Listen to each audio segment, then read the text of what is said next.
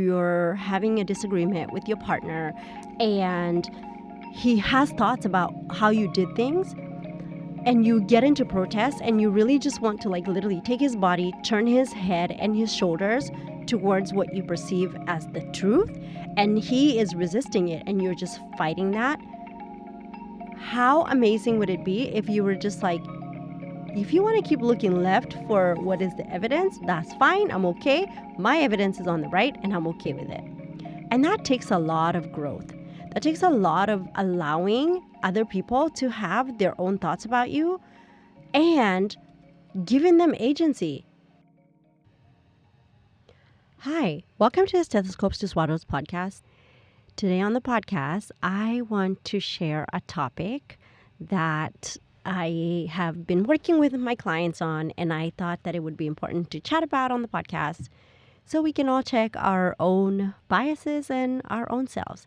And this is a topic about managing your defensiveness. So what I notice even in my own thought work and coaching work and that of my clients is that sometimes we get feedback from other people and we may sometimes get that feedback and immediately decide to defend ourselves. And that is totally normal. That is human nature. And that is, that's kind of how we just were wired as human beings with, your brain perceives danger and your brain decides, let's go out in the world and defend our honor, right? That's just how the brain works. And so there's nothing wrong with that. And I thought it was important to talk about this because, on this podcast, I talk a lot about taking responsibility for how we show up. And I think part of understanding how we show up and taking responsibility is just noticing maybe our cracks and our fault lines and paying attention to them and deciding whether or not we want to bring that along on the journey.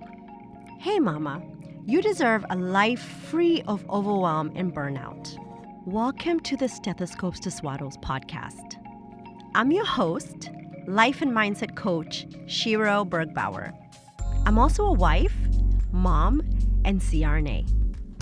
This is the podcast for high-achieving mamas in medicine like you and I. Together, we'll learn how to navigate the ups and downs of working motherhood. If you're looking to thrive in your relationships and overcome overwhelm in your motherhood, marriage, and medicine, you're in the right place. Welcome to the Stethoscopes to Swaddles podcast.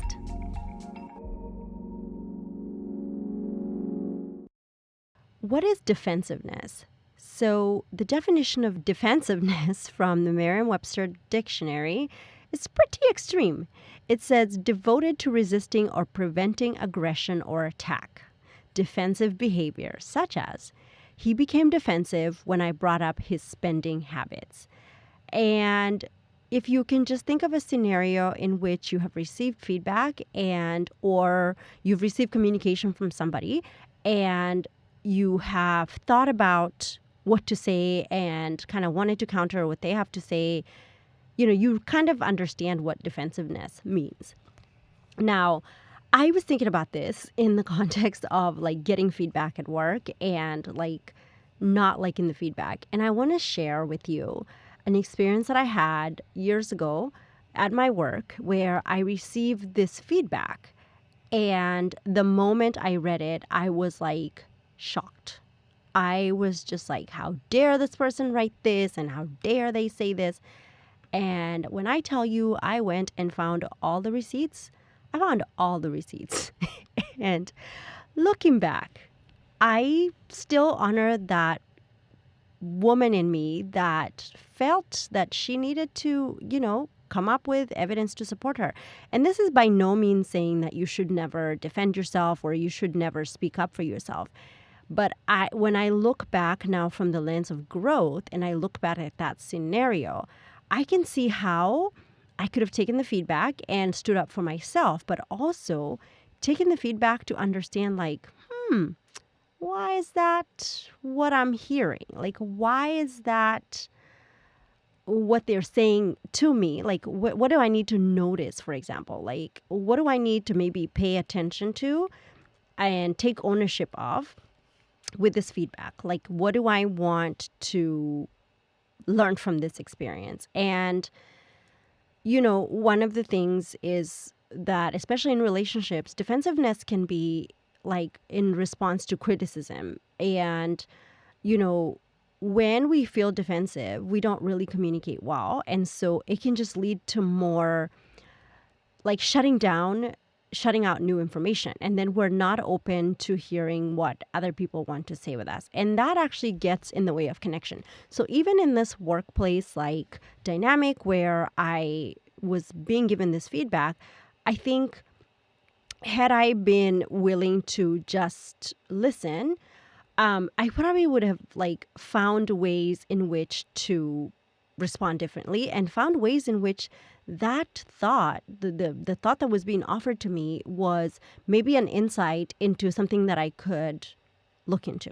Now, I want to say, when we are faced with conflict or like negative feedback, we have three choices. And I talked about this in a previous episode where I talked about the psychology behind like conflict. And this was like from an explanation that a psychologist named Weil explains. And there are three ways in which we respond when we're faced with conflict. The first one is to attack or defend. The second one is to avoid or deny. And then the third one is self-disclose and connect. Now, when we attack and defend is when we're in the conflict or we're given the feedback and we decide to lash out of the person.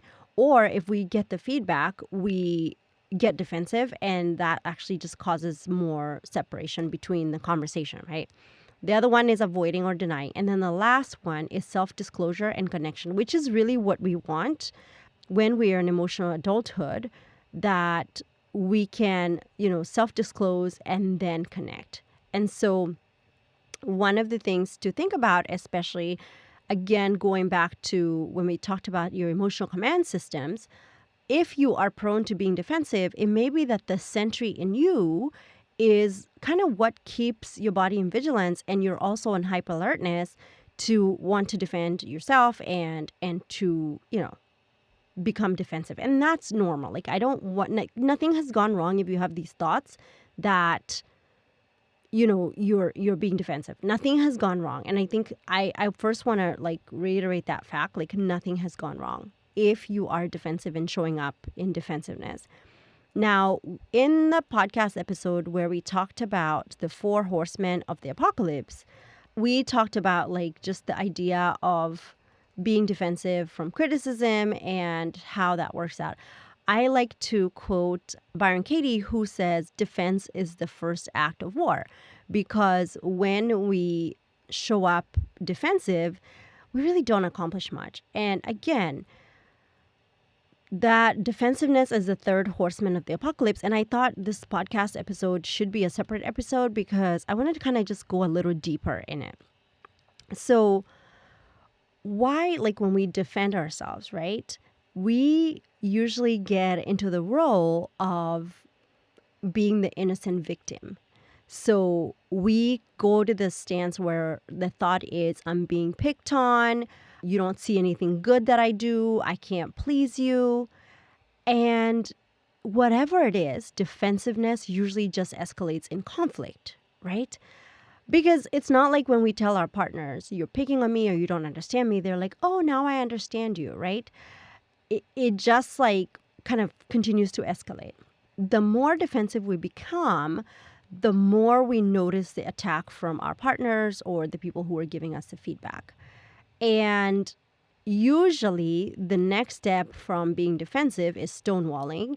And so I think it's important for us to just know, like be aware of our defensiveness, because then we can avoid getting into the next step, which is stonewalling. What are some of the things that what are some of the thoughts that we're thinking when we are being defensive? Like, what is going through our minds when we're being defensive? And what are the feelings? So I talked about like the thoughts that like if somebody gives us feedback, then we're thinking it's unfair. And sometimes there's also this sneaky thought like, what if he or she is right about the things that they're saying about us? The first thing we need to recognize is when we are veering into defensiveness and be aware of it. So I just want you to think about your physiologic awareness, like when you get feedback and the way you respond. Does your heart rate go up? Do you feel kind of in a panic? Do you feel uncomfortable? Do you feel anger rising? What do you feel in the moment where somebody says something that you want to be defensive towards? What do you want to like say when somebody, for example, I'll give you an example. If your partner says you're always too busy or you don't pay attention to me, what comes up? Like, what is the emotion? Sometimes, you might not notice it, and that's okay. It's just to just kind of see. The second thing to have awareness of is triggers. What are the topics that maybe when your partner brings them up can be very triggering for you? Is it topics that, you feel that there've been like perpetual problems in your marriage and it keeps coming up and you haven't resolved it? Or is it a topic that maybe brings up past traumas? So we've talked about the idea of like pain bodies, bringing that up. So just having the awareness like, why am I getting so defensive? And is this level of defensiveness matching, so to speak, the current, what is happening in the present moment? Am I being defensive because of what is being said? Or am I being defensive because of other things that have been said in the past? What are some of the feelings that can come up when we are being defensive, when we have the thought that it's unfair, that they might be right, that they're picking on us, that they're saying things that we don't think are true? What are you might like your partner may say something and you're like, he thinks I'm clumsy, he thinks I'm uptight, he thinks unkind, he thinks I'm micromanaging him, whatever that is, right? What are the feelings? And some of the feelings I came up with from coaching my clients are feeling attacked.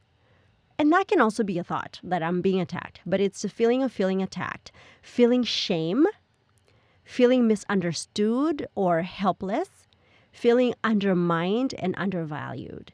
None of these emotions are exciting. They are uncomfortable emotions, right? So you can see how when you are in a situation where you find yourself being defensive, the feeling driving the action towards you being defensive are uncomfortable emotions, right? And when you feel attacked, your brain is out to protect you and your brain wants to be in fight or flight or freeze, right? So sometimes it could be fight, so get into a conflict, start arguing, or flee, which is like you start stonewalling, or you avoid the person, or you freeze and you just like are numb and you don't say anything. When you experience shame, it can be that you are now agreeing kind of with them, but like fighting that, like you're in protest. So it's like they're saying, let's say they say, oh, you're so clumsy and you're so sloppy. And you're like, maybe they're right. And then you start to feel shame, like, oh, I'm bad. I'm sloppy. Something's wrong with me. Or you feel misunderstood where your intentions, you said something or you did something and you just have the sensation that your intentions have been misunderstood. Like, let's say you ask your husband a question about finances and he comes across as, are you trying to tell me what we should do with the money? Or maybe your partner asks you like what you spend money on, and then you feel like he's saying you're mismanaging the finances, right? Or it could be, you had an intention to do something for a family member and then it kind of just went out of hand and then they didn't understand your intentions and you feel misunderstood. Or you can feel undermined or undervalued where you're going out of your way to do things and somebody says something and it's like, what about all the good things that I have done before, right? Especially for us women, the mental load of motherhood, like going through that and then noticing feeling that somebody is criticizing us, it can be very uncomfortable because it's like, wait, what about all the things that I'm doing? I'm kind of being undermined, right? this can make us be flooded. Like this can literally elicit a flooded response where our nervous system just gets very flooded, and we can get in a place where it feels like a lot. It feels like what is happening in the moment is just not matching like what the feeling that is coming up, and so we can get emotionally flooded. And we talked about that in the episode where we talked about like feeling our feelings and what flooding is and how to take care of your nervous system is just noticing like what is the emotional response that I'm having to this thing, right? And the thing about flooding is that it just increases the emotional distance and in the relationships that we're in when we're consistently flooded. Because sometimes what happens is, we are just so emotionally flooded that we may shut down. And that's going back to the fight or flight response. So it's important for us to first like be aware that, yeah, it's hard to like not be defensive, I think, in my opinion. That's just personal opinion. It's a thought, right? It's hard not to be defensive because it's what we've been wired as humans, right? Our body's defenses are made, like our brain's defenses are made, like the amygdala is scanning the environment, reading people's faces, trying to figure out a way to protect us at all times. So, of course, when you become defensive, nothing's gone wrong, right? Like if you're having the thought that somebody is, misunderstanding you, or if you're having the thought that it's unfair, there's nothing wrong with that thought. And I think one of the most important things to notice is like, just because a thought doesn't serve us doesn't mean we're wrong for thinking the thought. I think the thought is there, no pun intended, and we have the responsibility of noticing it, accepting its presence, and then deciding whether or not it's going with us in the future. So defensiveness can be very present in relationships where criticism and contempt are very common. And so you may want to go back to that episode where I talked about the 4 horsemen of the apocalypse, and I'm going to tell you the episode in just a second. That is episode number 72. And then in episode 73, we talked about self-kindness and how to befriend your nervous system. So if you're kind of like this concept is not really clicking, I would really, really recommend going back to those 2 episodes and really visiting that. So now you're flooded, right? And now you are feeling these emotions: attacked, shame, misunderstood, helpless, undermined, and undervalued. The first thing that may happen, the first action that you may take is ruminating, right? It's like you replay the story over and over and over in your head, and you tell the story in your head so many times, and you look for cracks in the story. Like if they said the thing that they said about you, you start looking for the places in the conversation where that was not right, that's not what I said, and then they said I said this, and then they said I did this, and it's just not adding up. And you just literally spend time playing the tape over and over again. Like you live in that moment over and over and over, and it's not serving you, right? Because you're just like not leaving that moment. The other thing that we tend to do when we are feeling like, being defensive is we become defensive. We start to argue, or we start to look for evidence of why they're wrong, right? So we are like, no, you're wrong. This is what I did, and that's not what happened, and here are my receipts. And you just like go on and on and on, and you like tell them and retell them and like retell the story, and you tell everybody that will listen, and then you like poll everybody like, what would you have done in this situation, as a way of finding evidence for your basically defense. Like you're the good guy, they're the bad guy. How would you have looked at it differently? Coming up with like just things like, oh, you start like thinking, well, their awareness of the reality is skewed, or their judgment of it is skewed. And also this one time they did this thing to us and to me. And so now we have to look at the ways in which they're actually the bad guy because they messed up. And now they're telling me I need to, change this aspect of myself. And the way we sometimes show up, especially in that defensiveness, is that we show up in a way that's very much like them versus us, like the person that give us a feedback or the person that thought a thought about us or said a thing about us.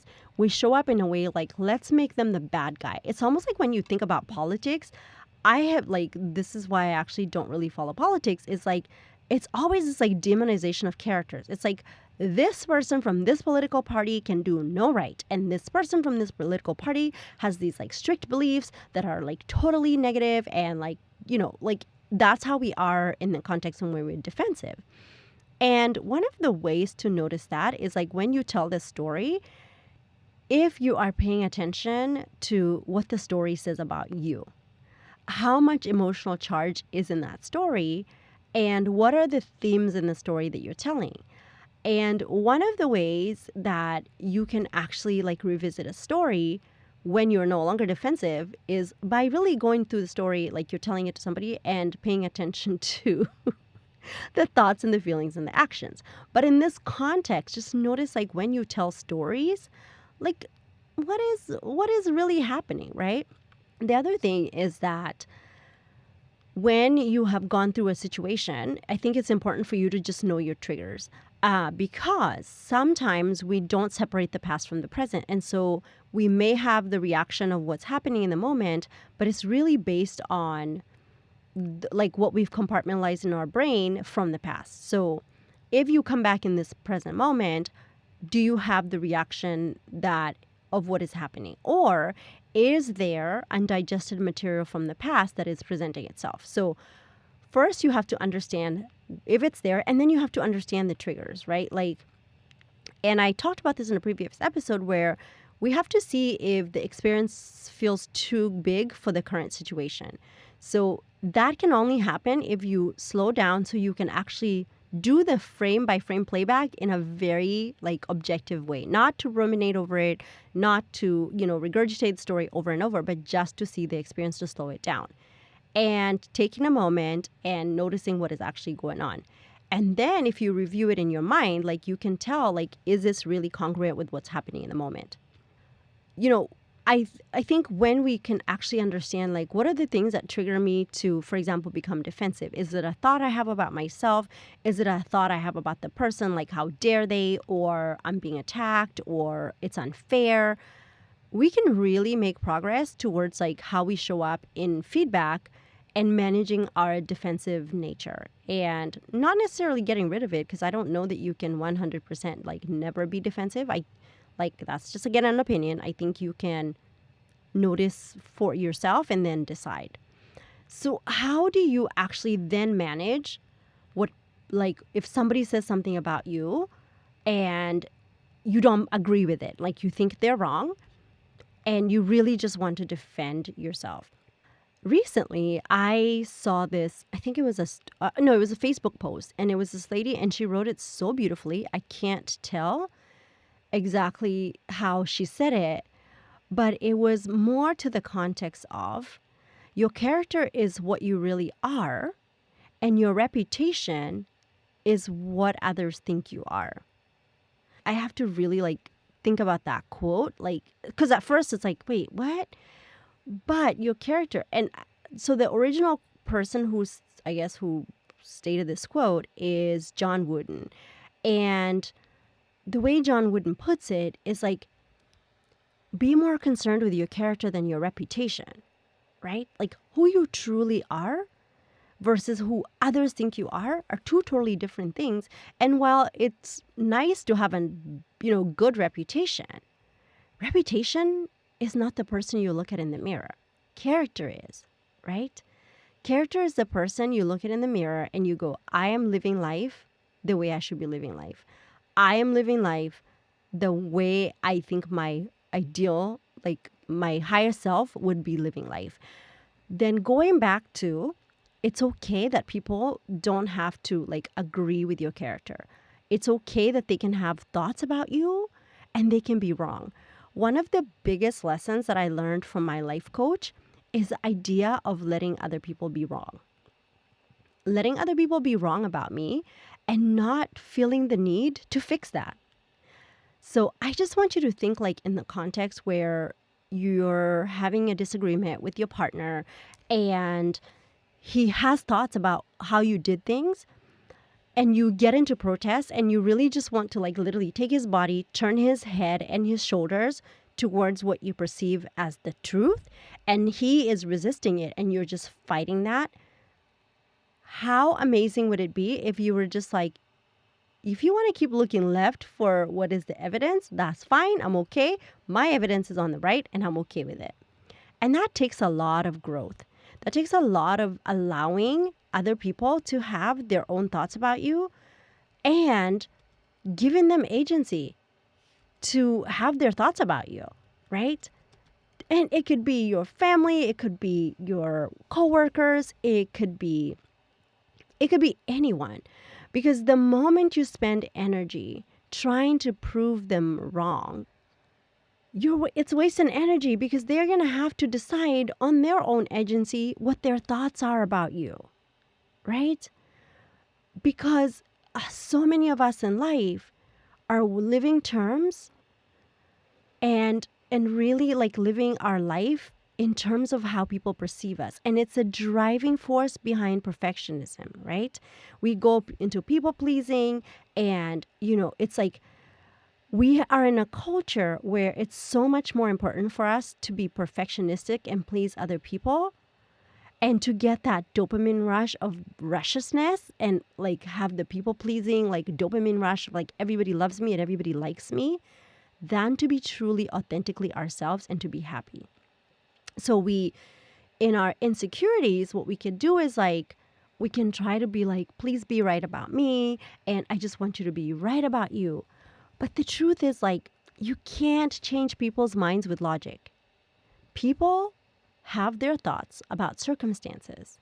And then they do decide what feelings they're going to have and notice the feelings. And then they take action. And when you live your entire life caring about what people think about you, you're spending so much time in judgment that you're not living in the present and accepting yourself. When you don't let people be wrong about you, you spend most of your focus on them instead of keeping your focus on you. And that actually turns into a whole different topic of codependent thinking, right? So when we focus on ourselves, we might defer our dreams because somebody else might not approve of us. Like we need to defend who we think we are because we don't even have solid belief in ourselves. The other thing sometimes we might do is like we might spend so much of our lives in the past because we worry about what somebody who was in our life, who is no longer in our life, or our exes or our, people who liked us and don't like us anymore, what they might think about us, right? We don't like do the things we do because we're worried of failing, because we're so worried about like, it's such a draining existence to live life wanting people to be right about you. So one thing, and I've talked about this on the podcast, is that two people can have two opposite opinions about something and both be right. You always have the option of trying to like prove the other person wrong in the stance of defensiveness, right? And give them the receipts and do all of that, right? And get frustrated, annoyed, and resentful because you want to convince them how wrong they are. Or you can drop that struggle and just decide that you're fighting with somebody else's version of thoughts that don't match yours. And instead, you can just start focusing on what you are and who you are and where you belong, right? Your ability to show up for yourself is sometimes impaired by your thoughts about what people think about you. And that is just human nature, right? But the more we fight to be understood and to be approved of and to be right, the more you spend time in judgment of yourself. But if you have true belief in who you are and who you are showing up as in the world, you have no problem letting people be wrong about you. It doesn't matter if it's your spouse, if it's your neighbor, if it's anybody.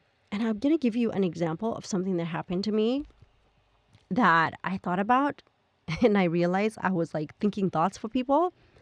I was working at a surgery center one day, and I had drank a ton of water, and I kept going to the bathroom. And the third time I was in the bathroom, by the way, nobody had said anything about my trips to the bathroom. This was all me. The person who The person who was sitting in pre-op, like, she just looked at me, we locked eyes, and I went in the bathroom. And I'm sitting in the toilet, and I'm like, oh my God, what if these people think that I'm doing drugs, and that's why I keep going to the bathroom? And I was sitting there, and I just burst out laughing because I was like, yeah, what if they do think that? Like, what does it even matter? I gotta go. And I realized in that moment that I was willing for people to be wrong about me, right? Because instead of spending mental energy protecting my image, defending my honor, or worrying about what other people were thinking about me, I could just spend that energy on growing myself as a person. I could spend that energy showing up as the best version of myself.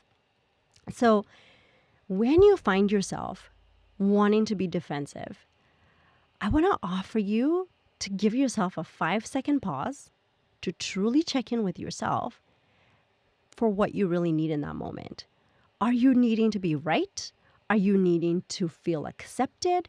Are you needing to feel seen? Are you needing to feel understood? Are you needing to be validated? And then offer that for yourself. Notice that you're giving the job to the other person that you're being defensive towards.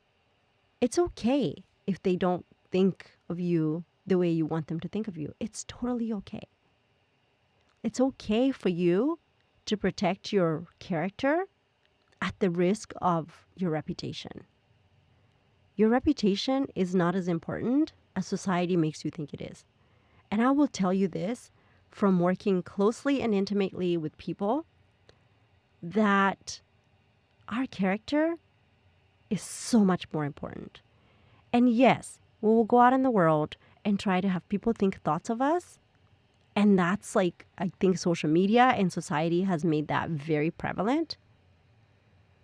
But the truth is, who we truly are is somebody that we know, right? And again, we all do this. We all want people to have thoughts about us, and it's okay. But I just want to say, let them be wrong, right?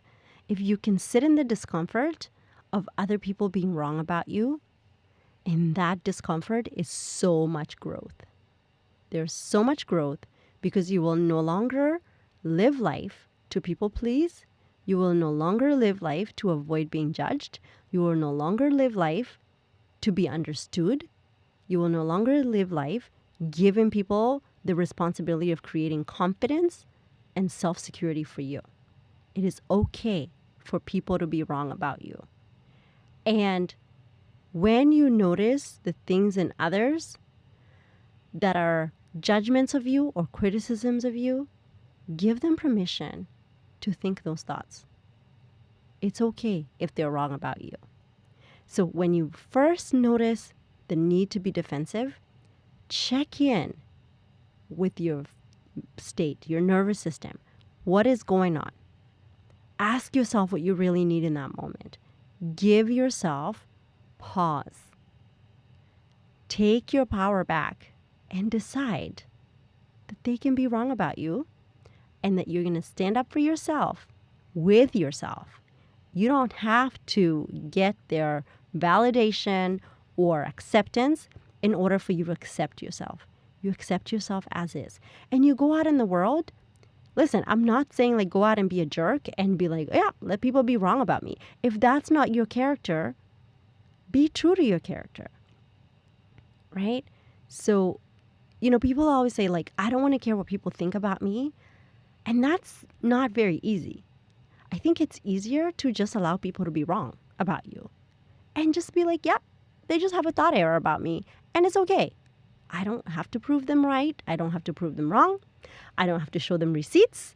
I don't have to, tell all my secrets. I am just anchored in managing my defensiveness because the character of the person that I want to be is not defensiveness, right?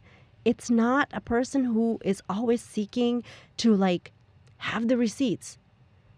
It's the person who believes in herself and is okay with other people being wrong, right? It's okay for other people to be wrong about you. I don't even know if you're going to keep having this song in your head. But I just want you to think about it. And I tried to think of the opposite of being defensive. And offensive came up, but I didn't like that.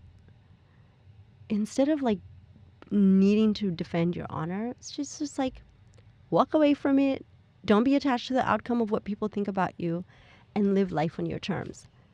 So I hope you learned something from this episode, and I'd love to hear any insights you had about this podcast episode. It was kind of like a one-off. I just like sometimes in coaching, this is like the same themes come up with my clients, and I'm like, wait, is this defensiveness week? And so this past 2 weeks, it's been a lot of like conversations regarding people saying things, people doing things, and my clients being defensive, me going through seasons where I felt the need to be defensive, and having to do that work and just like noticing for myself, where was I losing who I truly authentically want to be in order to prove other people wrong.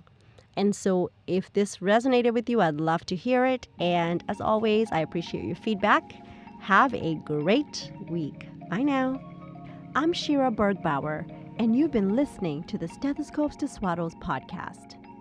New episodes are out every Monday.